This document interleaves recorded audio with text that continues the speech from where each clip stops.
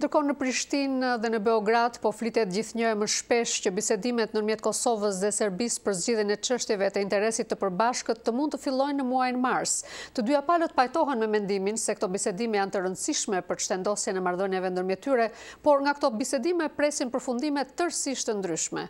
Nga Prishtina njofton korespondenti ynë atje Leonat Shehu.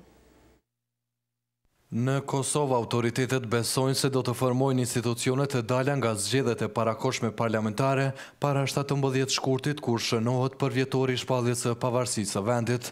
Themelimi i qeverisë së re vështirash është edhe kusht për fillimin e bisedimeve të paralajmëruara ndërmjet Kosovës dhe Serbisë për zgjidhjen e çështjeve të përbashkëta të interesit të ndërsjellë.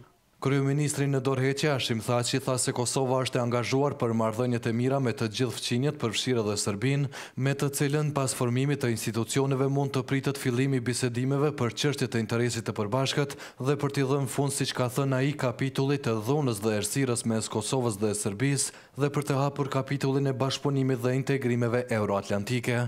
Zyrtarët e Bashkimit Evropian që pritet të luajnë rolin kryesor në këto bisedime thonë se muaji mars mund të jetë periudhë e fillimit të tyre.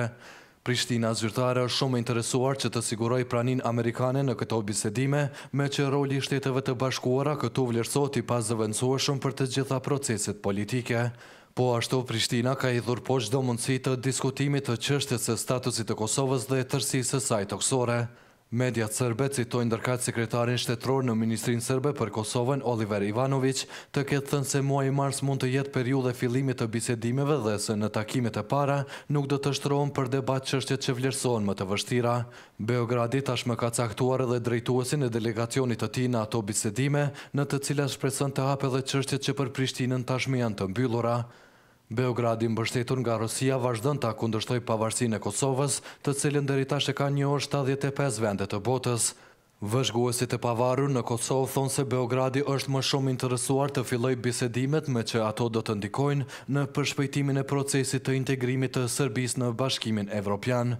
Ndërsa Kosova hyn në bisedime që për të do të jenë të vështira edhe për faktin se ato do të fillojnë në përshtypjet e krijuara nga raporti të dërguarit të Këshillit të Evropës Dick Marty.